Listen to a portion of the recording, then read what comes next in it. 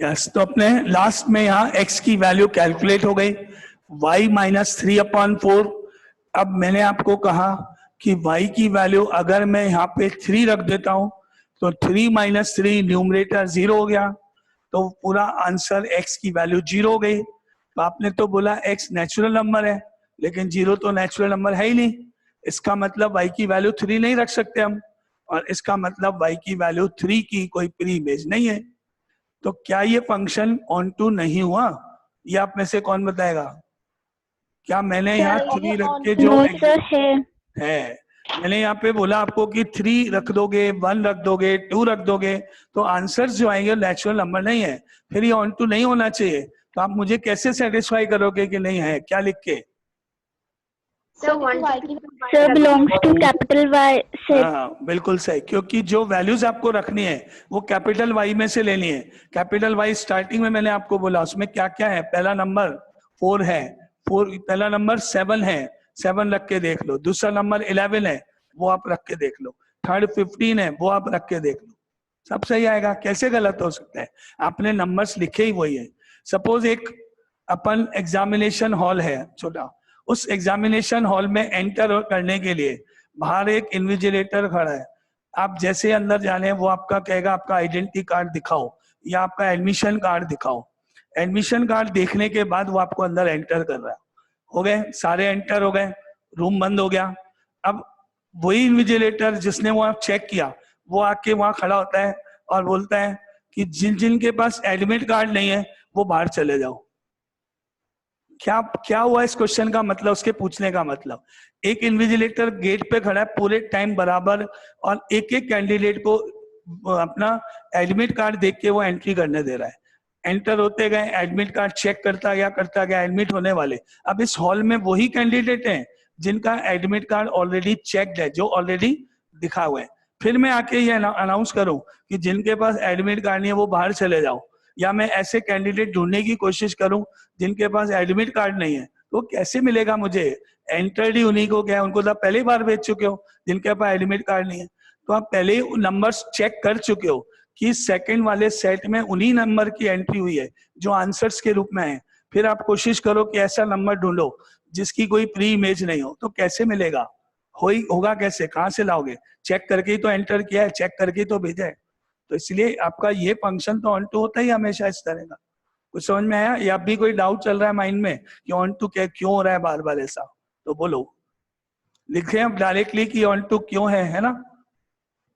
Now because y belongs to set y है जो ऊपर मेंशन था वहां पे ऊपर, and which is equal to range of f है, और y ही सेट ही अपना f की रेंज के इक्वल है, एंड देयरफॉर इसका मतलब यह हो गया कि codomain of f is equal to range of f हो गया, and therefore f is onto, इसलिए f ऑन टू हो गया। और फिर वही लास्ट में therefore f is a bijection, f is invertible, और इनवर्स पूछा था वो आपके पास लिखा हुआ है ऊपर, तो आंसर ये ऊपर जो लिखा हुआ है। नाउ देयरफॉर अब f इनवर्स को लिखो, सेट कैपिटल Y से कहां तक? नेचुरल नंबर्स तक उल्टा, defined by f inverse of y is equal to y minus 3/4। ये आपका आंसर। 1-1 चेक करना पड़ता है, ऑन टू के स्टेप लिखने पड़ते हैं, लेकिन लिखने से पहले ही मालूम है ऑन टू है, बाद में आपको आंसर लिखना है इस तरह से। Again any doubt? खासतौर से ऑन टू में क्लियर सबको? सेट वाई बनाना क्लियर? कौन कौन से एलिमेंट आएंगे, क्यों आएंगे?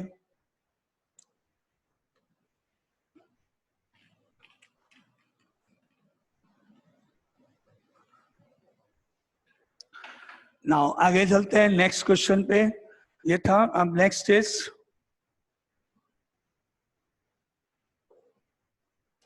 Late capital Y is equal to n square such that n belongs to natural numbers. आगे क्वेश्चन बाद में, पहले फिर मुझे ये बताओ इस सेट में कौन कौन से एलिमेंट्स आएंगे? 3 एलिमेंट्स बता दो। 149. First number is 1. 1. Second, 4. 4. okay. Third, 9. Yes ये माइंड में क्लियर रखना कि इस सेट में 1 है लेकिन 2 नहीं है, 3 नहीं है, 4 है, 5, 6, 7, 8 नहीं है और 9 है।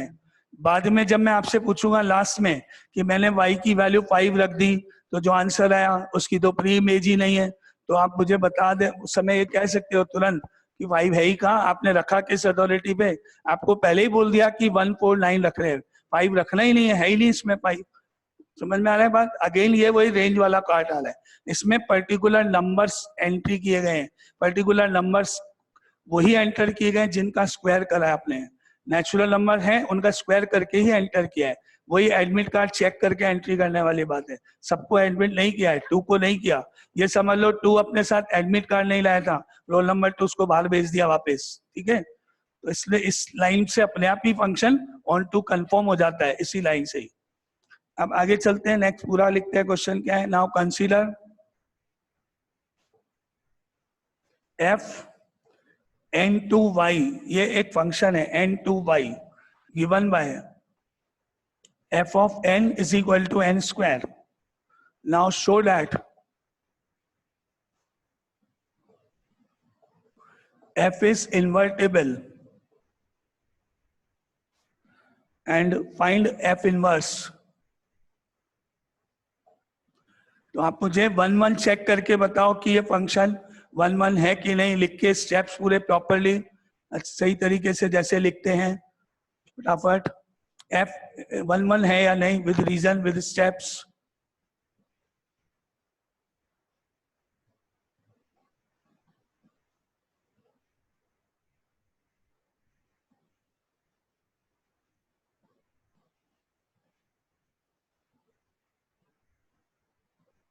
Yes Yes, sir sir. है।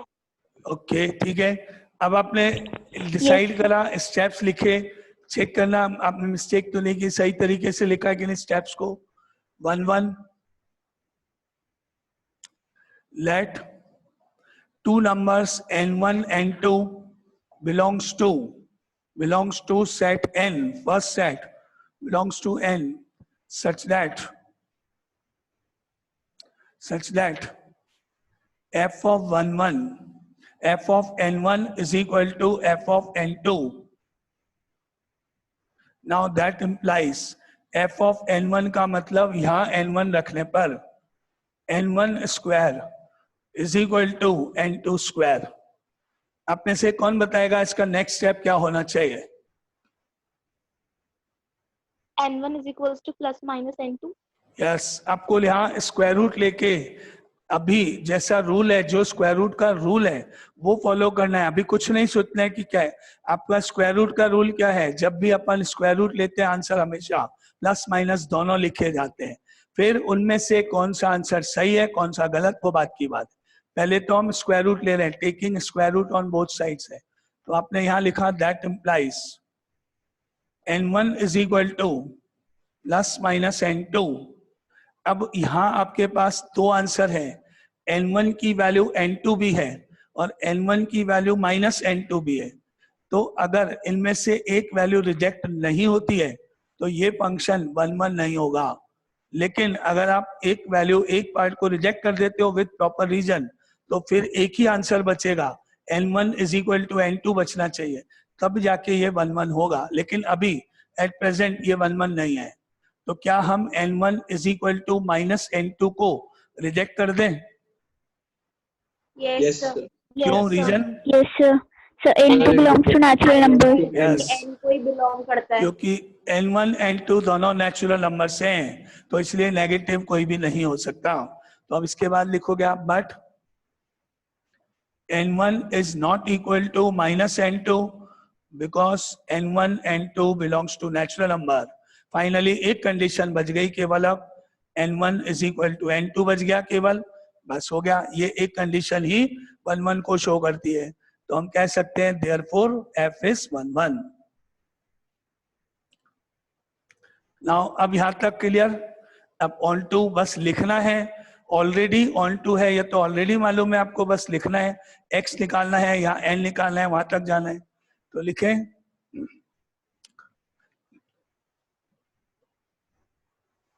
let f of n is equal to y where n belongs to n natural numbers and y belongs to set y, क्योंकि फंक्शन n to y था। अब fn की जगह अपन ने वैल्यू रखी n square is equal to y। अब मुझे n की वैल्यू पहले निकालनी पड़ेगी, कौन बताएगा? n is equal to plus minus root y. Plus minus root y. Yes, taking square root again, positive negative दोनों लिखने हैं, प्लस माइनस रूट वाई। अब फिर वही प्रॉब्लम, दो आंसर तो हो ही नहीं सकते, इनवर्स तो एक ही होता है, एक एफ बनाया आपने, उसको उल्टा करोगे तो एक ही तो आंसर आएगा, तो कोई रिजेक्ट करना पड़ेगा फिर आपको, बताओ। n is equal minus negative value. Yes, n is equal to minus of root y नहीं होगा, क्योंकि n नेचुरल नंबर है, तो n की वैल्यू नेगेटिव नहीं हो सकती है, इसलिए वो आप रिजेक्ट करोगे। तो यहाँ लिखोगे but n is equal to minus root y, n is not equal to minus root y because n belongs to natural number। तो अब फाइनली एक ही आपके पास n बच गया, n is equal to positive of root 5। बस अब आपको on to के लिए तो एक ही लाइन लिखनी है, because domain of f is equal to range of f है, y belongs to set y है, and which is equal to range of f है। now therefore इसका मतलब हो गया domain of f is equal to range of f के equal है, बस यही अपनी डेफिनेशन है ऑन टू की, therefore f is on to, हो गया ऑन टू। नीचे वही दो लाइंस जो आप हमेशा लिखोगे, therefore f is a bijection and hence f is invertible। ये दो लाइन लिखने के बाद अब आंसर f इनवर्स लिखना है आपको, therefore f inverse is equal to y to n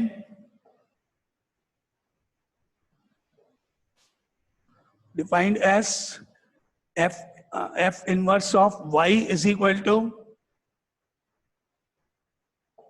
last line x की जो वैल्यू निकाली थी ये रूट वाई, ये आंसर इस तरह से 1-1 हो गया। चेक करना पड़ता है, ऑन टू करना नहीं है, चेक नहीं करना है, लिखने तो पूरे स्टेप है लेकिन चेक नहीं करना है, बस। Clear? Any doubt? Again same range और डोमेन वाला केस इसमें भी वही था, ठीक है। आगे चलते हैं, ये question complete.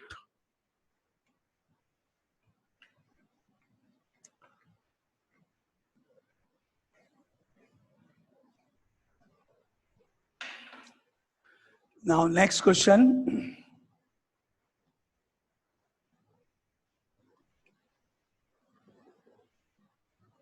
Let f is a function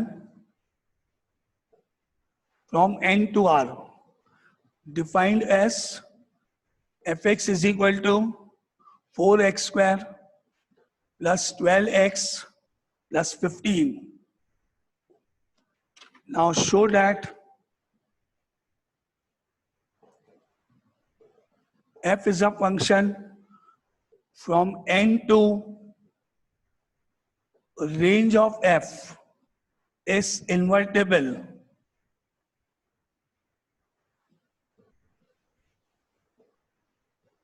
Find the inverse of f.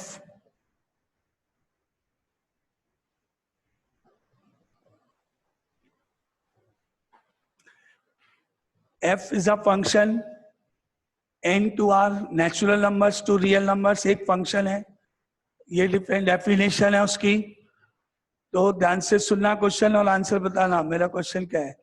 Late f is a function from n to r defined as, सामने लिखा है, तो क्या ये फंक्शन f ऑन टू है या नहीं? कौन बताएगा?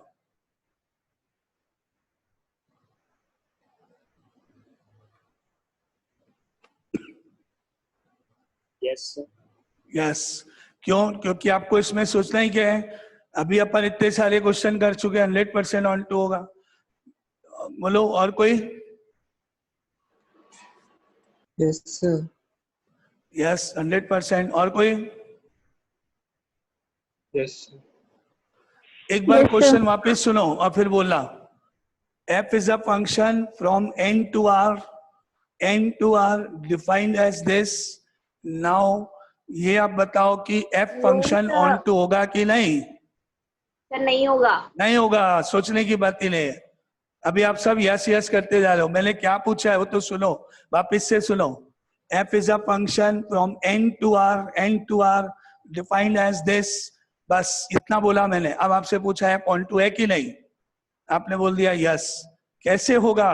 सारे रियल नंबर थोड़ी कवर हो जाएंगे इसमें। अगर आप इसको x की वैल्यू रख के निकालोगे तो सारे रियल नंबर आएंगे ही नहीं। अभी आप चाहोगे तो चेक हो जाएगा। स्क्वायर है, रूट आएगा, रूट में तो सवाल ही नहीं है। अभी हम चेक करेंगे। अगर मैंने आपसे ये पूछा, वापिस सुन ला question, f is a function from n to range f defined as fx equal to ऊपर। नाउ ये बताओ कि f ऑन टू है कि नहीं? Yes, sir है। 100% यस, बिना चेक करे यस, सोचना ही नहीं है। रेंज 100% यस, ऑन टू तो होना ही होना है। कोडोमेन इज इक्वल टू, इसमें नहीं होगा, इसमें चेक करने पर बता पड़ेंगे। 100% नहीं, जिसने आपने अभी बोला मेरे को। फर्क समझ में आया दोनों में क्वेश्चन में? इसीलिए मैंने आपसे पूछा। मैंने कहा अभी 3-4 क्वेश्चन लगातार अपन ने ऐसे कर लिए जिसमें onto range range range, तो आप तुरंत ये सोचोगे यस, और वही आंसर एक दो जन दिया। समझ में? ये अगर मैं इसके बारे में बात करूं तो ये ऑन टू नहीं है, लेकिन अगर मैं इसके बारे में बात करूं तो ये है। अब आप ये देख लो कि डेफिनेशन तो सेम है, लेकिन कोडोमेन का फर्क आ रहा है। उस कोडोमेन के फर्क होने के कारण ही फंक्शन ऑन टू है कि नहीं उस पर डिपेंड करेगा, उसके ऊपर है। कोडोमेन भी तो होता है इंपॉर्टेंट ऑन टू के लिए। भाई कोडोमेन में आपने क्या क्या लिखा है उसके ऊपर डिपेंड करता है, कौन कौन से एलिमेंट लिखे, उनकी प्री इमेज है कि नहीं वो देखना पड़ता है। अगर कोडोमेन में कुछ है ही नहीं, कुछ भी नहीं लिखा है, तो फिर कैसे होगा? तो कोडोमेन पे तो डिपेंड करेगा। वापिस बोलो, ये बात लाइन वापिस समझ में आई सबको? दोनों क्वेश्चन का डिफरेंस, 2 क्वेश्चन पूछे थे दोनों में। फर्स्ट मैंने n to r बोला, नहीं है। सेकंड मैंने बोला n to range f, yes. Function एक ही है, डेफिनेशन एक ही है ना? चलो अब देखते हैं 1-1 चेक करके बताओ। 1-1 के स्टेप लिखो। Let x1 and x2 belongs to n, this set, such that f of x1 is equal to f of x2. That implies ऊपर 4 वाली इक्वेशन में, 4 वाले एक्सप्रेशन में जहां x नजर आएगा वहां पर x1 रख रहे हैं। x1 दो जगह, 4x1 square plus 12x1 plus 15 equal to में ऊपर वाले एक्सप्रेशन में 4x2 square plus 12x2 plus 15। ये आपका स्टेप, ठीक है। अब आप इसको सिंप्लीफाई करोगे कैसे? 15 से 15 तो करो कैंसिल। अब आगे क्या करें? 4x2 स्क्वायर को इधर ले आते हैं, 12 को उधर, उसको उधर ले जाते हैं, तो ये मिला मुझे 4x1 square minus 4x2 square is equal to 12x2 minus 12x1। इसमें से 4 कॉमन ले लेते हैं लेफ्ट साइड में, 4 कॉमन ले लिया तो ब्रैकेट में बच गया x1 square minus x2 square, और राइट साइड में 12 कॉमन लेने पर x2 माइनस x1। अब इसको कर देते हैं factorise, x1 plus x2, x1 minus x2, और इसमें x1 को पहले लाने के लिए, x1 माइनस x2 बनाने के लिए माइनस कॉमन ले लेते हैं। तो इससे इसको तो करो factorise, 4x1 plus x2, x1 minus x2 is equal to minus 12 and x1 minus x2, ठीक है। अब हमने क्या देखा कि दोनों साइड में एक ब्रैकेट सेम है, कैंसिल हो सकता है, कैंसिल कर दिया। अब क्या बच गया? 4 से 12 भी गया, 3 x1 plus x2 is equal to -3 बच गया। तो अब आप कौन बताएगा कि ये फंक्शन 1 है या नहीं? सर है। कैसे? x1 इक्वल टू x2 तो है ही नहीं। जब तक सर वो x1 x1 माइनस x2 जो इक्वल के लेफ्ट साइड है उसको राइट में जाए उसको लेफ्ट में ले आते हैं तो प्लस हो जाएगा वो, फिर x माइनस 1 पूरा ही कॉमन निकाल लेंगे। और काट दूं तो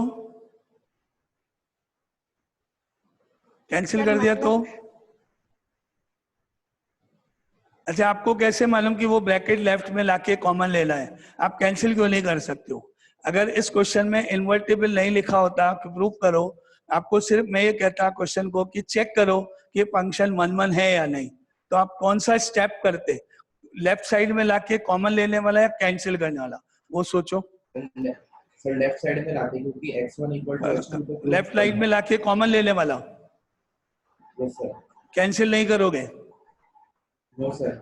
ओके, 100% श्योर? किसी भी क्वेश्चन में कभी कैंसिल नहीं करोगे? डाउट तो नहीं है? No sir. हाँ, फिर ठीक है। तो मेरे ये पूरे स्टेप्स गलत हो गए हैं और अब मेरा रिजल्ट आएगा नहीं है, गलती हो चुकी है। गलत क्या गलती हो गई? वही जो आपने बोला मेरे को, कोई टर्म कैंसिल नहीं होती है, कॉमन लिया जाता है। फिर जितने ब्रैकेट्स आएंगे सोचेंगे। नहीं तो अगर आपसे ये पूछा जाए कि 5x is equal to 3x एक इक्वेशन है, बताओ x की क्या वैल्यू है? कौन बताया x की क्या वैल्यू है? 0। कैसे आया? अगर मैं काट देता तो कैसे आ जाता? 5 इक्वल टू 3 हो जाता। वो तो रॉन्ग। मैं 3x को लेफ्ट में लाऊंगा, माइनस करूंगा तभी तो आएगा।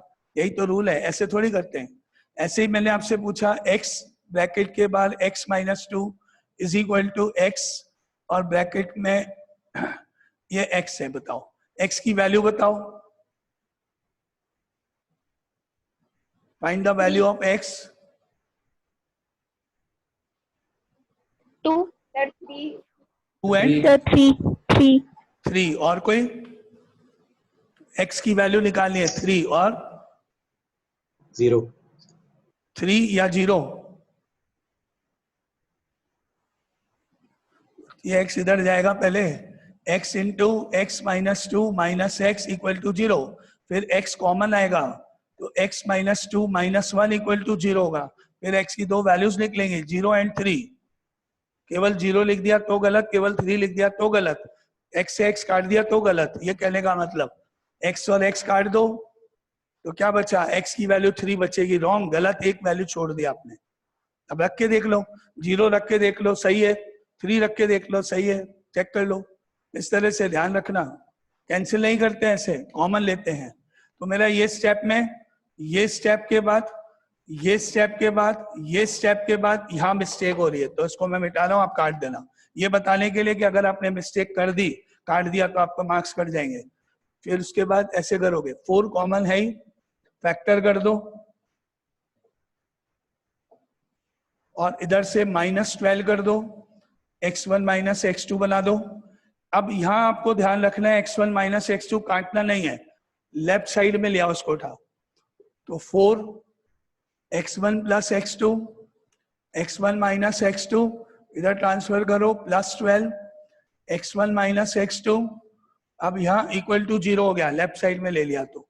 अब ले कॉमन, क्या कॉमन आ रहा है वो देखो इसमें, 4 और 12 बाहर है, 4 कॉमन आया, ये ब्रैकेट कॉमन आया सेम।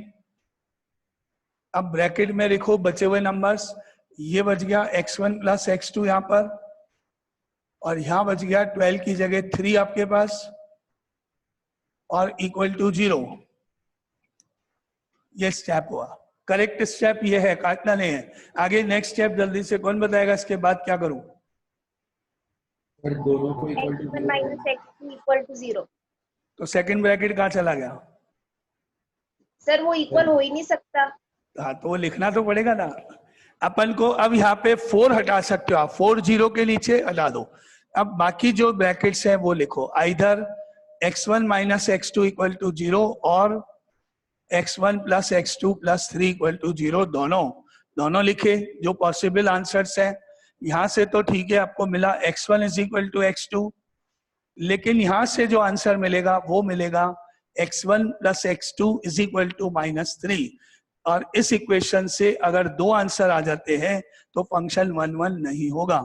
तो जब तक मुझे ये नहीं मालूम कि ये रिजेक्ट होगा कि नहीं, हटेगा कि नहीं, इसको मैं रिजेक्ट कर दूं, पॉसिबल नहीं है क्या, तब तो फाइनली फर्स्ट बचेगा और ये 1 1 हो जाए, अदरवाइज ये 1 1 नहीं है। तो आप में से कौन बताएगा कि ये पॉसिबल ही नहीं है, ये रिजेक्ट क्यों करूं मैं?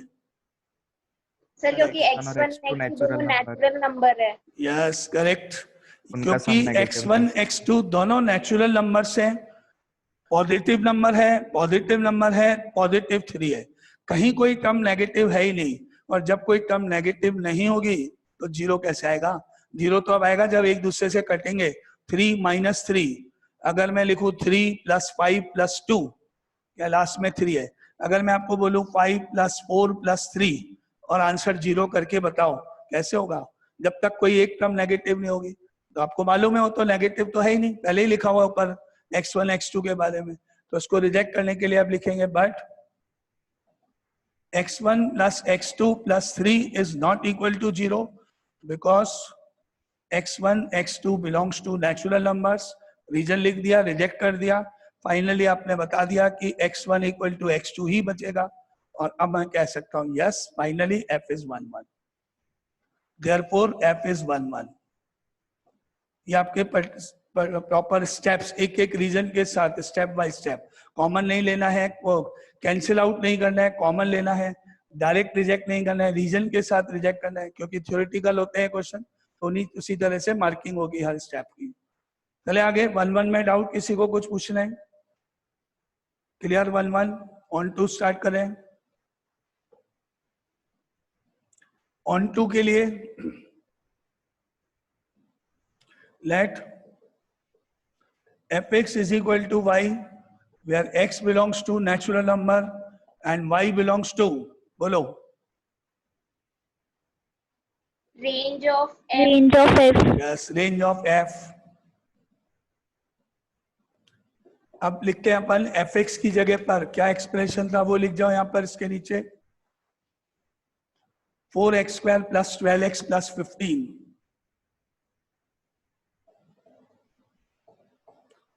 Is equal to y। बन गई इक्वेशन। क्या निकालना है मुझे? x की वैल्यू निकालनी है। आप में से कौन बताएगा x की वैल्यू कैसे निकाली जाए?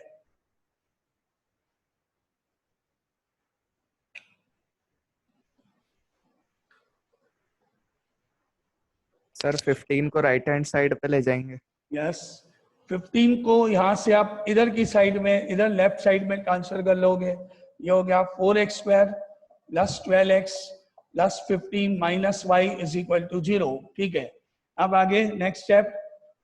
नहीं सर, राइट हैंड साइड में y भी उधर और 15 भी उधर। ओके, y और 15 दोनों। चलो y माइनस 15 हो गया। अब सर x कॉमन ले लेंगे लेफ्ट हैंड साइड में। Okay, 4x plus 3,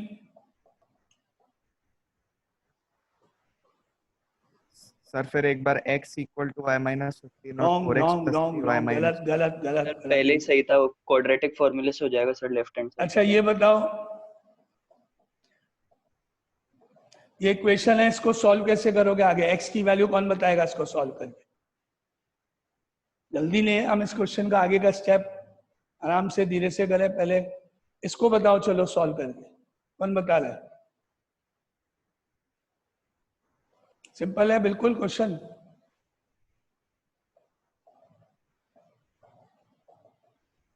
No sir. पहले हम दोनों को मल्टीप्लाई करेंगे। No sir. हो गया सॉल्व, और क्या चाहिए? No sir, ऐसे नहीं नहीं। होगा। पहले वो कब करते हैं ऐसा? कब करते हैं ऐसा? सब जब इक्वल टू में 0। यस, जब राइट साइड में इक्वल टू 0 है तभी अलाउड है, बाकी नहीं। यहाँ पे कोई नंबर होगा तो नहीं। इन दोनों ब्रैकेट्स का प्रोडक्ट 0 होना है, इसके लिए कंडीशन है आइदर फर्स्ट ब्रैकेट इज 0 और सेकंड इज 0। अगर ये भी 7 हो गया, ये भी 7 हो गया तो 49 हो जाएगा ना प्रोडक्ट। तो नंबर्स के केस में नहीं, गलत है।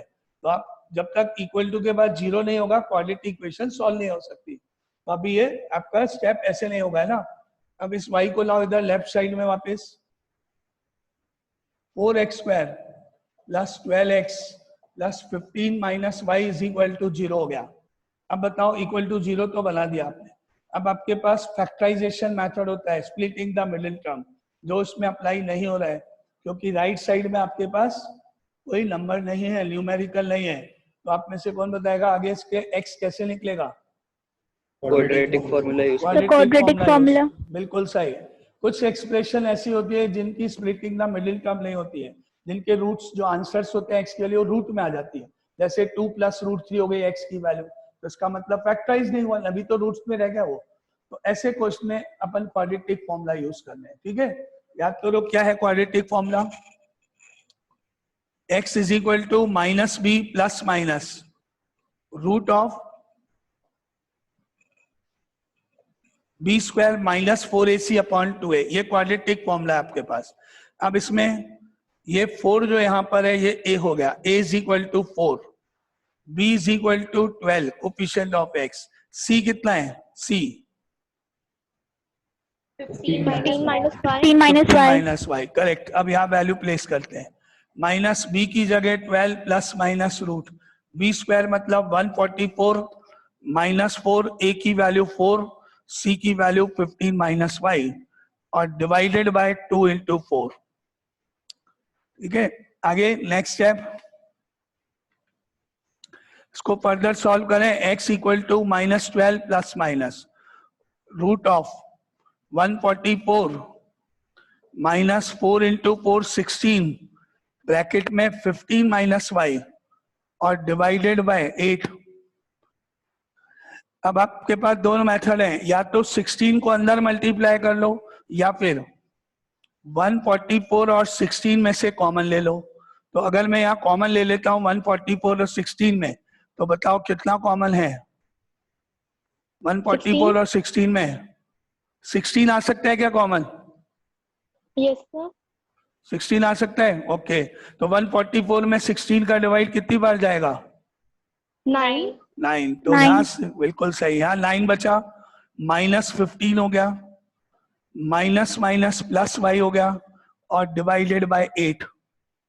Next step, now x = -12 plus minus, इस 16 को रूट से बाहर ले लिया पहले 4, क्योंकि 16 का रूट 4 हो सकता है।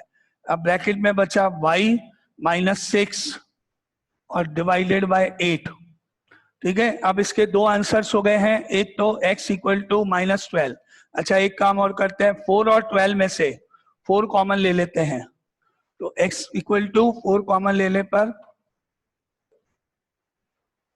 -3 plus minus root of y -6 divided by 8। 4 से 8 कट कर दो 2, y की दो वैल्यूज, x की दो वैल्यूज हो गई, -3 plus root of y +6/2 -3 minus root of y -6/2 minus, ये दो हो गई। कभी भी दो नहीं हो सकते, एक ही होना चाहिए। जल्दी से बता दो कि दोनों सही है या एक सही है?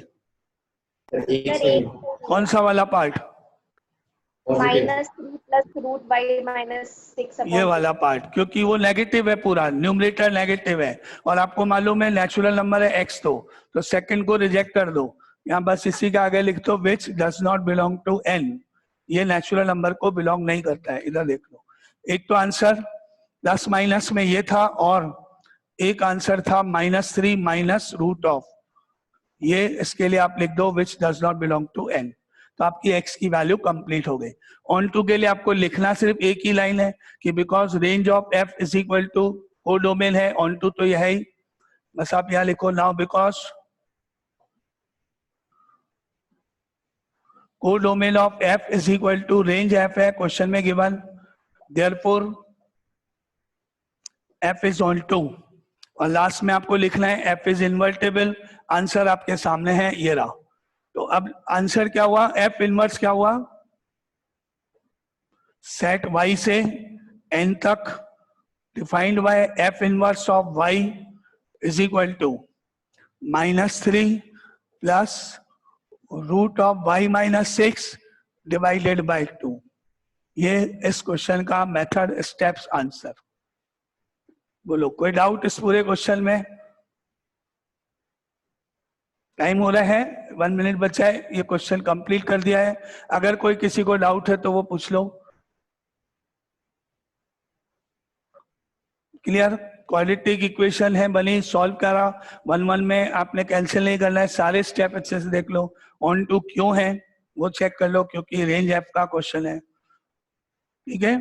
चलो तो अब अपन ये क्वेश्चन कंप्लीट यहाँ तक, कल एक दिन और इसके जो रिमेनिंग क्वेश्चंस हैं वो लेंगे और उसके बाद ये चैप्टर खत्म हो जाएगा। कल से नहीं, मंडे से। कल ये